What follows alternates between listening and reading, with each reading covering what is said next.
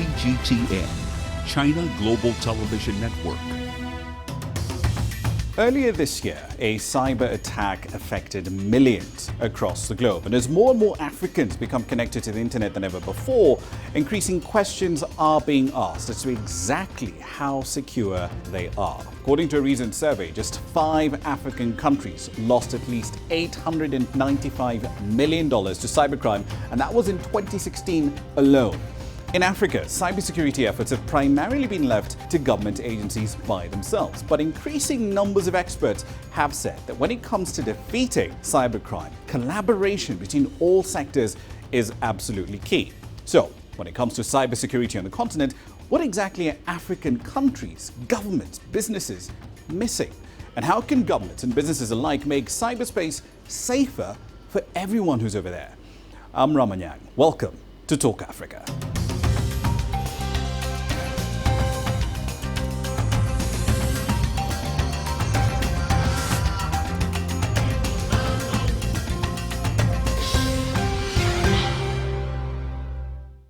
With slightly over 19 million people connected to the internet, Nigeria has the highest internet penetration in Africa. But the country is also ranked first on the continent and third only behind the United States and the UK in global cybercrime. And a rise in online transactions and electronic shopping in Nigeria has only made the situation a lot worse, with many platforms coming under attack. So what exactly is the government over there doing about it? Here's CGTN's Deji Badmus with more. He is one of the young men helping to wage a war against cybercrime in Nigeria. Cybersecurity expert Victor Idono runs an initiative known as Cybersecurity Challenge Nigeria, or CISEC for short. They identify young professionals, they train them, and they engage them in hacking competition. Winners evolve, and they are being trained to professional standards where if such cybercrime occur, they are easily deployed. Nigeria has the worst case of cybercrime on the continent. A recent survey estimates the country lost close to $500 million to cybercrime in 2016 alone, and it could even be more, as most of the cases go unreported. In Nigeria, over the last few years, especially in the earlier days, one of the most popular, forms of cybercrime was spamming. You would get, a lot of emails, and some of them would basically be asking solicitations, funds, and they were basically, it was about, scams.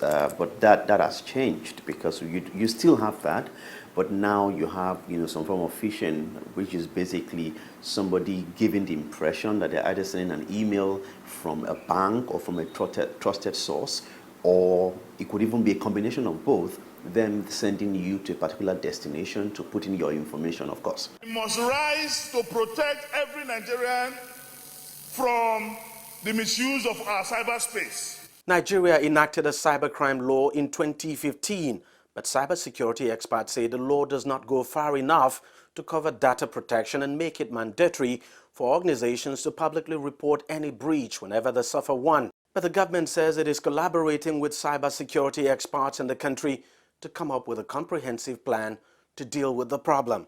We know the seriousness of this problem, because once one data center is attacked successfully, a lot of information will be lost and may be lost forever. So government is taking it with all that it requires, and I want to assure you that within the shortest possible of time, you will begin to see the immunity that government is providing for cyberspace in Nigeria. For cybersecurity experts like Victor, the solution to the problem lies in looking inwards and harnessing local talents to confront the problem. Training our own experts, training our own young Nigerians whom are skilled already, instead of leaving them out there on the street to go and use what they have, use their skills to commit crime. Nigeria's fight against cybercrime is a work in progress, but things are moving too slowly, with the country seemingly playing catch-up. Too bad the cybercriminals are not waiting. Deji Badmus, CGTN, Lagos, Nigeria. In response to the growing threat of cybercrime, the African Union commissioned a report on cybersecurity trends across the continent. This aims to provide an objective analysis on how criminals and other actors are targeting cyber-related vulnerabilities, and also encourage the sharing of information and best practices between nations. So what were the findings and what progress has been made so far. CGTN's Coleto Androhi sat down with the head of the African Union Commission's Information Division head to find out. According to the research that the African Union did on cyber insecurity in the continent, what are some of the trends that were noted? We have found that in every case, according to the parameters we have selected, for instance, you have all the time less than 10 countries that are complying with the parameters or requirements we are looking at. For instance, less than 10 countries are having what kind of national strategy with regard to cybersecurity. Less than 10 countries are having really cyber legislations. Less than 10 countries, except in the case where you are building the computer emergency response teams, we have found that 18 countries do have some sort of center that can respond to this kind of thing. But again, you have less than 10 countries who are having a dedicated unit that is actually having the dedicated team to address the matters of cybercrime and cybersecurity. The cybersecurity in general, the trend is that we found out that most of our countries are not aware or haven't factored the cybersecurity as one of the most challenges they should have to face and address in general. This is why they are very worrying situation, which worried us is that fact. Number two is the fact that the capacity building, the expertise is so low in terms of computer forensic, in terms of expertise within the law enforcement institutions. And number three, most of the political leaders don't seem to really see that it's of their concerns. Why do we have some countries being more affected by cyber insecurity than others in the continent? The more you are connected, the more you are affected, and the more you are exposed to threats, and the more you represent a danger for others. If you are not connected, you are not connected. Nothing happening. But so those countries who are really, really connected are the ones who are really most affected by the matters related to cybersecurity, simply because they are part now of the global world. And when you are connected, you are subject to threats, and you are treating others. So the most connected country, basically, without going into details, I wouldn't like to cite countries by themselves, but the reports provide the list, the top countries, what kind of threats is happening, what kind of computer malwares are coming to and from those countries. So at the continental level, what is the African continent looking at as far as tackling this kind of crime is concerned? Our first step was to create or to draft what we call the African Union Cybersecurity, Personal Data Protection and Cybercrime. So we drafted that convention. It was adopted in 2014. So far, only one country has ratified it, and I'm hearing that 2 or 3 are being in the pipeline preparing that. So first of all, we need to ratify that. This is actually will be the political and the legislative framework for everybody to know what is to be done in terms of electronic transactions, cybercrime, international cooperation, and cybersecurity in general. Number two, we are working with our partners to make sure that each and every country should have, number one, a national cyber legislation and or cyber strategy in general. Each and African country will need to have a computer emergency response, incident response team or expert response team. All those need to be built, and to make sure that also we are so well trained to address this kind of matter. So the strategy, the thinking is there. Resources are still to be considered, still yet to come. But I am very positive that certainly one of those days things will come up, and each African country would have built its own, cyber strategy framework and infrastructure. We're going to take a short break, but we have expert guests on standby to offer a comprehensive breakdown of the cybersecurity situation in Africa. when we come back. Stay with us.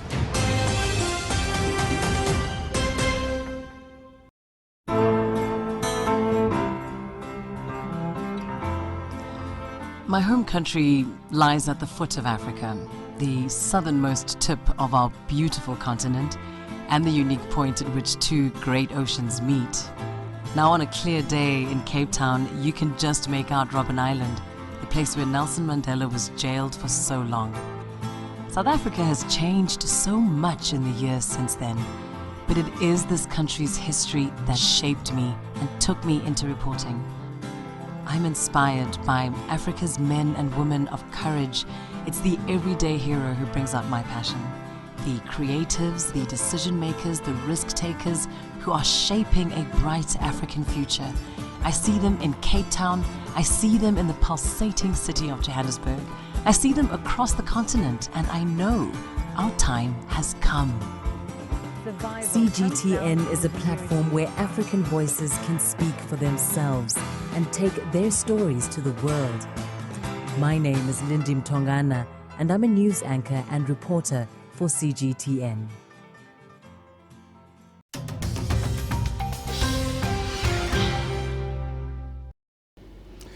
Welcome back to Talk Africa. Now, to dig a little deeper into the state of cybersecurity across Africa and what governments and organizations from businesses to civil society on the continent are doing about it, I have expert guests standing by. In Johannesburg, Jaco du Toit, lecturer and department director at the Center for Cybersecurity at the University of Johannesburg. In Lagos, Tunji Ibalajobi, he's the National Director of Programs at the Cybersecurity Expert Association of Nigeria. And with me, of course, in studio, Dr. Bright Gameli Mawador. He is the Head of Information Security and Risk at the Cellulant Group.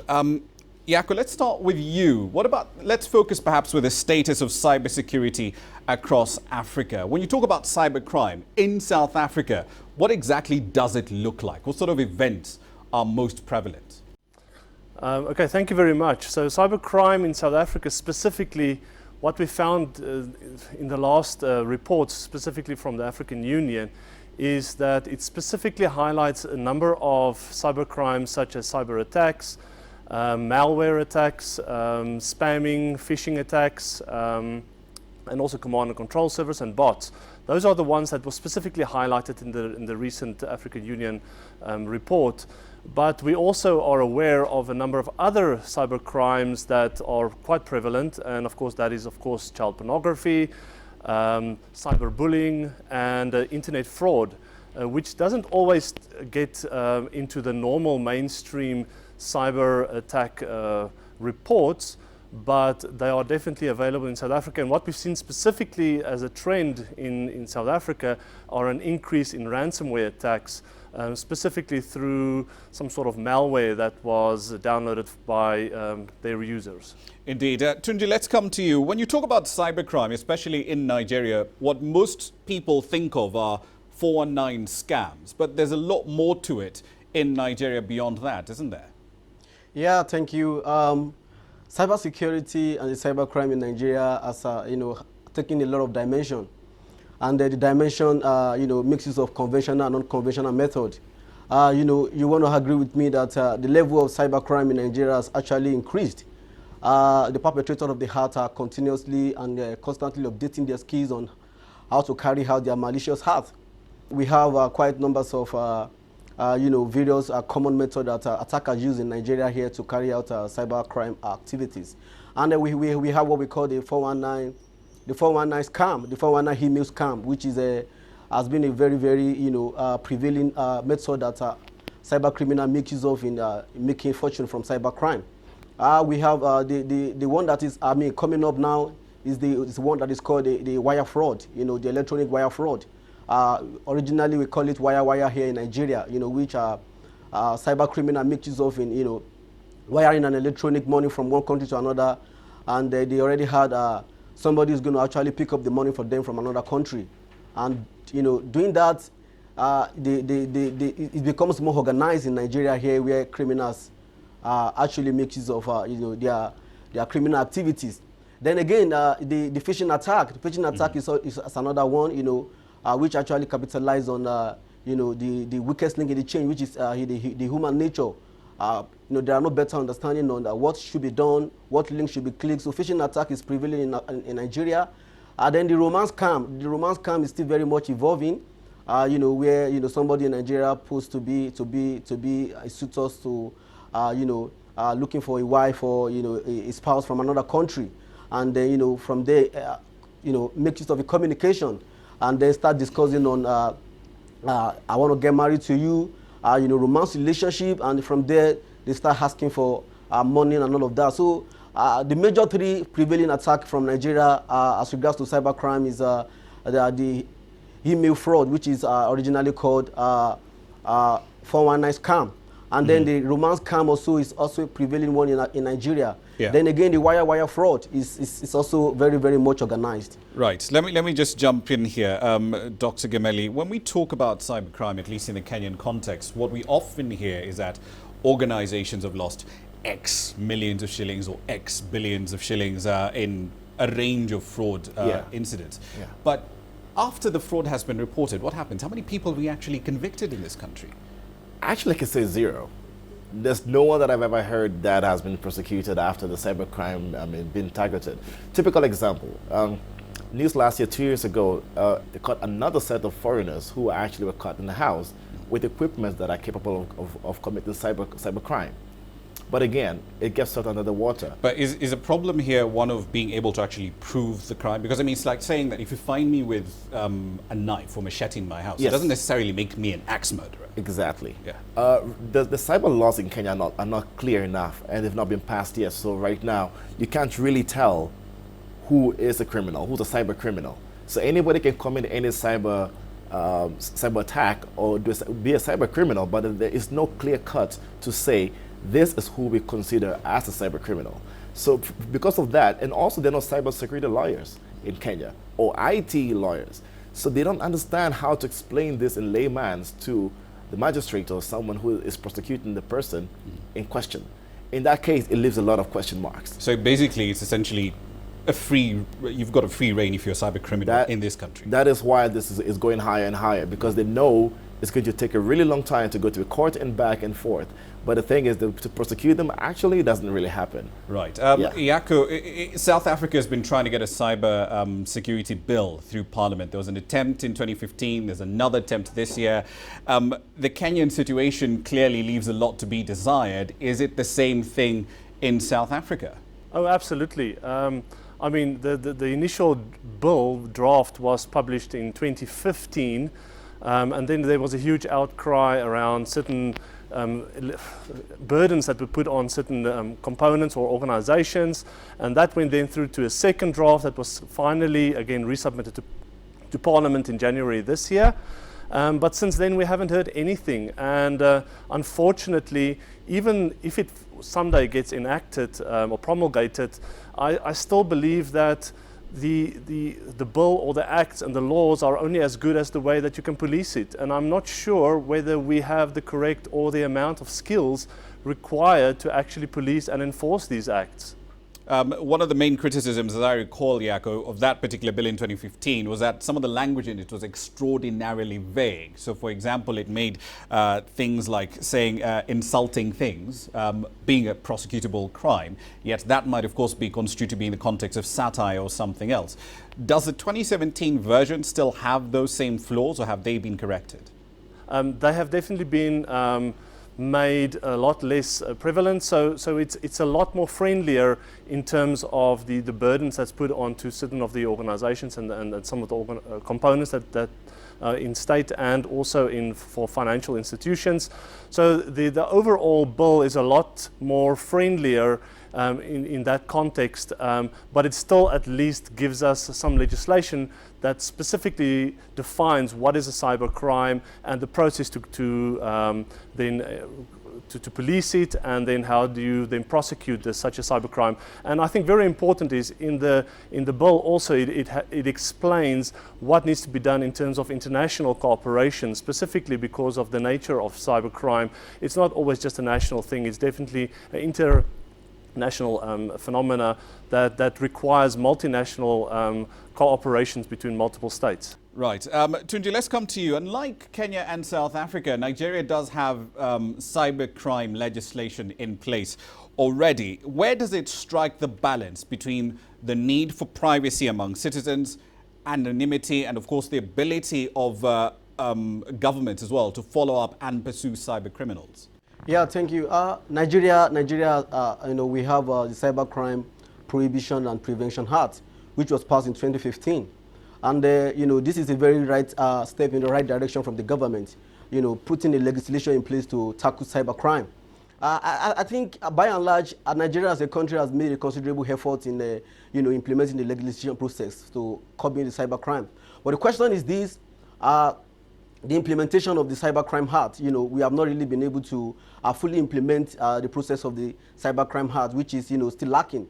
Of recent, the Central Bank of Nigeria Electronic Fraud Forum, held the stakeholder meeting, looking at the enforcement challenges on the Cybercrime Act of the 2015, which is we are trying to look at, we have documented a Cybercrime Prohibition and Prevention Act. What should therefore be the process to the implementation?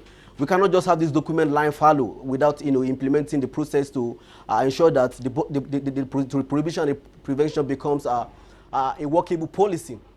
So, by and large, Nigerian government has made considerable effort, like I said, but the major challenge is the enforcement of the Prohibition Act and the implementation of the Act of the Cybercrime Prevention and Prohibition Act of the Nigerian. Right. Dr. Gameli, let's come to you. Again, when you talk about cybercrime, there's always going to be that debate between my need for privacy as a citizen, but law enforcers will turn around, as we saw in 2015, I believe, around the time when Apple, the FBI, the Justice Department in the US, all having this fight about having access to the iPhone of the shooter in San Bernardino. In the Kenyan context, where should that balance lie between the need for privacy and the need for security? For right now, to be honest, it's going to be very difficult to differentiate both of them, because even the cyber bill that is which is in Parliament right now, says that a policeman has the right to actually bust into your house and take all electronics without any warrant, which basically means that I need to see a warrant when you're coming to break into my house to collect evidence. But right now, with the amount of, recently also we saw that there's a news about surveillance for social media that is going to be done. I mean, the government is already doing something along those lines, because we did see the National Intelligence Agency trying to actually get equipment to actually spy on or crack data held by bloggers who were felt to be critical of the government. Yeah, that's true. So the thing is, I believe there's no privacy right now, because it's the power of the government to do whatever they wanted to do. You don't have the power to your own data. You don't have the power to keep what you think is yours. So unless you do some sort of cybersecurity awareness or try to protect yourself, like doing encryption or something of the sort, then you can't. That leaves somebody who is not tech savvy exposed. That leaves somebody who is not cybersecurity aware or somebody cybersecurity driven will actually become a victim or being spied on, which is not right. Which is pretty problematic. It is. Let's wrap up this conversation, gentlemen. I'd like to pull back to a continental view. Yako, let's start with you. The African Convention on cybersecurity and cybercrime has come in for a lot of criticism in terms of breaching human rights, in terms of limiting the freedom of expression. What's your assessment of that bit of that convention? Does it go far enough to at least enable countries to deal with cybercrime? Okay, so the African Union Convention on Cybercrime, of course, consists of 3 chapters. First chapter specifically highlights the electronic communications. Second chapter specifically is around the protection of private information, and I think that's commendable, meaning it tries to put the onus inside countries to ensure that there's legislation so that their citizens' private information is protected. And then, of course, the third chapter specifically looks at cybercrime and cyber awareness. And even though the African Union Convention has been designated or created, I mean, we don't see really a big uptake in African countries at this stage. I think there's only one country that's promulgated it, and that is Senegal. The other countries, I think there's only about 5 signatories at this stage, and that means it really doesn't have any teeth at this stage. So whether it's become, there's a lot of criticism on this convention, I don't know yet, because we haven't really seen countries adopting it, and maybe it's because it's been trying to cover too many items inside cyber crime and cyber activity. But what I do think is a good idea, and that is in there, is the cybersecurity awareness component that's in there, as well as the protection of private information component that's in there. And I really think it's, if more countries can actually implement legislation that covers those things, or organizations and activities that supports those activities, then we are definitely moving into the correct or the right direction. Jaco, couldn't it be argued, though, that at least within the South African context, since the country already has a cybercrime bill going through Parliament, the African Union Convention on Cybercrime, at least for South Africa, doesn't really matter? That is true, but I still think it should be there. Just as we had with the other European bills and so on that helped with international cooperation. Without international cooperation, you can't really always prosecute cybercrime successfully, because of the transnational nature of cybercrimes a lot of time. And if we don't have a level playing field between different countries regarding cybercrime, what constitutes a crime, and the legislation processes and the powers of how to prosecute these cybercrimes, then it's going to be really difficult to prosecute people specifically if it's a crime committed in your country, but the perpetrator is potentially in another country.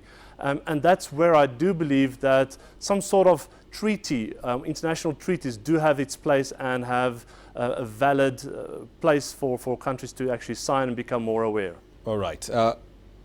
Dr. Gameli, you get to take us home on this particular issue. We've focused on the need to have better security, better local legislation. We need a lot better international cooperation as well. But ultimately, especially with regard to this convention from the AU, does it really matter? I mean, it's not the first time we've seen the African Union come in with a big declaration. Yamoussoukro, for example, on freedom of aviation. That hasn't happened. Maputo Declaration on agriculture. A lot of countries are not compliant. So does this matter? I don't think it's really to be effective to say right now. This will take a long time for us to implement that. What countries need to focus on is in-house. We need to clean our in-house first, then connect to other governmental with the immediate countries that are close by. In the EU, in the AU to say. So unless we actually start small, we can do an international kind of an intercontinental sort of collaboration. That'll be very difficult, because there'll be tons and tons of books, pages upon pages, trying to explain something which will be repeated for so many years, and there'll be no action to it. But if intergovernmental agencies will be able to collaborate, in the sense of that, if I commit a crime in say Nigeria, I should be prosecuted easily by the Kenyan government being able to have a liaison with the other side. So unless there's that collaboration, smooth collaboration, saying we have our bill, we have cybercrime bill, here it is, and we can actually work together, it's going to be very difficult for us to move further. All right, we'll leave it there for the time being. Gentlemen, thank you very much for your insight right across the board. Of course, in Johannesburg, taking part in this conversation, Jaco du Toit, he's the lecturer and department director at the Center for Cybersecurity at the University of Johannesburg. In Lagos, Tunji Ibalajobi, the national director of programs at the Cybersecurity Expert Association of Nigeria. And of course, right here in studio with me, Dr. Bright Gameli Mardor, the head of information security and risk at the Cellular Group. Thank you all for your time. Now remember, you can join the conversation online on Facebook, Twitter and YouTube, and do tune in next week for more Talk Africa. From me, Ramah Nyang, it's goodbye.